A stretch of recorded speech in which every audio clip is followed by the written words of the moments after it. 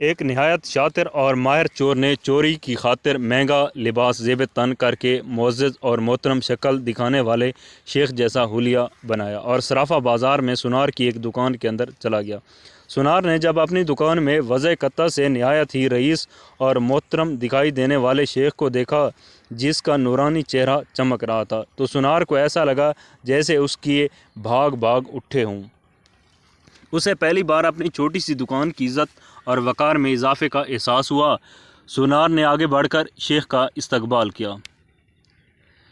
شیخ کے بحروپ میں چور نے کہا، آپ سے آج خریداری تو ضرور ہوگی، مگر اس سے پہلے بتائیں کہ کیا آپ کے لیے ممکن ہے کہ آپ اپنی سخاوت سے ہمارے ساتھ مسجد بنانے میں حصہ ڈالیں؟ اس نیک کام میں آپ کا حصہ خواہ ایک درہم ہی کیوں نہ ہو۔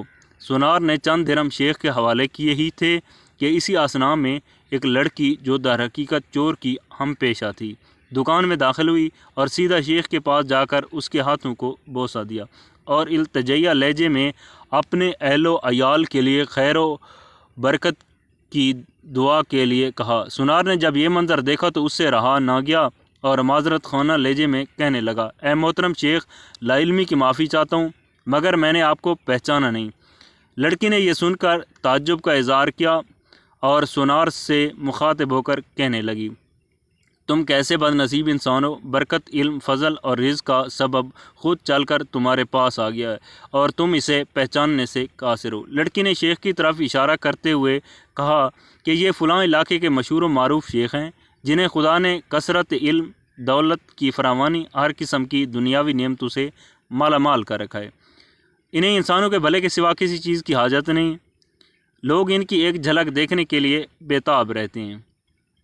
سونار نے شیخ سے معافی مانگتے ہوئے کہا، شیخ صاحب، میں معافی کا طلبگار ہوں، میرا سارا وقت اسی دکان میں گزرا ہے اور باہر کی دنیا سے بے خبر رہتا ہوں، اس لیے اپنی جہالت کی وجہ سے آپ جیسی برگزیدہ ہستی کو نہ پہچان پایا۔ شیخ نے سونار سے کہا، کوئی بات نہیں، انسان خطا کا پتلا ہے، غلطی پر نادم ہونے والا شخص خدا کو بہت پسند ہے۔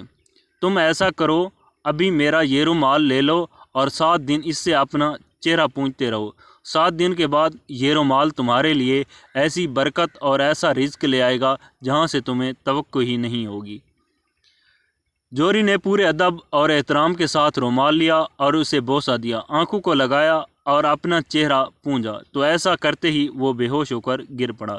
اس کے گرتے ہی شیخ اور اس کی دوست لڑکی نے سونار کی دکان کو لوٹا اور وہاں سے فوراً رفو چکر ہو گئے۔ اس واقعے کو جب 4 سال گزر گئے اور سونار رو دھو کر اپنا نقصان بھول چکا تھا تو 4 سال کے بعد پولیس کی وردی میں ملبوس 2 اہلکار سونار کی دکان پر آئے۔ ان کے ساتھ وہی چور شیخ تھا جس کو ہتھکڑیاں لگی ہوئی تھیں۔ سونار نے اسے دیکھتے ہی پہچان گیا۔ ایک پولیس والا سونار کے پاس آ کر پوچھنے لگا، کیا آپ اس چور کو جانتے ہو؟ کیونکہ آپ کی گواہی سے ہی قاضی سے سزا سنا سکتا ہے۔ سونار نے کہا، کیوں نہیں، اس نے تو فلاں طریقہ واردات سے مجھے بے ہوش کر کے میری دکان لوٹ لی تھی۔ پولیس والا شیخ کے پاس گیا اور اس کی ہتھ کڑی کو کھولتے ہوئے کہنے لگا، تم نے جس طرح دکان لوٹنے کا جرم کیا تھا ٹھیک اسی طرح وہ ساری کارروائی دہراؤ تاکہ ہم طریقہ واردات کو لکھ کر گواہ سمیت قاضی کے سامنے پیش کر کے تم پر فرد جرم عائد کروا سکیں۔ شیخ نے بتایا کہ میں اسی طرح داخل ہوا اور یہ کہا اور میری مددگار لڑکی آئی، اس نے فلاں بات کی، پھر میں نے رومال نکال کر دکاندار کو دیا۔ پولیس والے نے جیب سے ایک رومال نکال کر شیخ کو تھمایا۔ شیخ نے سونار کے پاس جا کر اسی طریقے سے اسے رومال پیش کیا تو پولیس والا سونار سے کہنے لگا، جناب آپ بالکل ٹھیک اسی طریقے سے رومال کو چہرے پر پھیریں جیسے اس دن پھیرا تھا۔ سونار نے ایسا ہی کیا اور پھر سے بے ہوش ہو گیا۔ شیخ نے اپنے دوستوں کی مدد سے دوبارہ دکان لوٹ لی، جنہوں نے پولیس والوں کا بھیس بدل رکھا تھا۔ آج ہمارے ملک کا بالکل یہی حال ہے، ہر 4 سال بعد چور بھیس بدل کر ہمارے پاس آتا ہے اور چکنی چپڑی باتوں سے ملک اور عوام کا سامان لوٹ کر پتلی گلی سے نکل لیتا ہے۔ ہر دفعہ ایک نیا منظر، نیا لباس، نیا بحروپ، نئی شکل اور نیا ہر بات جس سے عوام کو دھوکہ کھا کر اعتبار کرتی ہے اور آخر میں محافظوں سمیت نکلتا وہی چور ہی ہے۔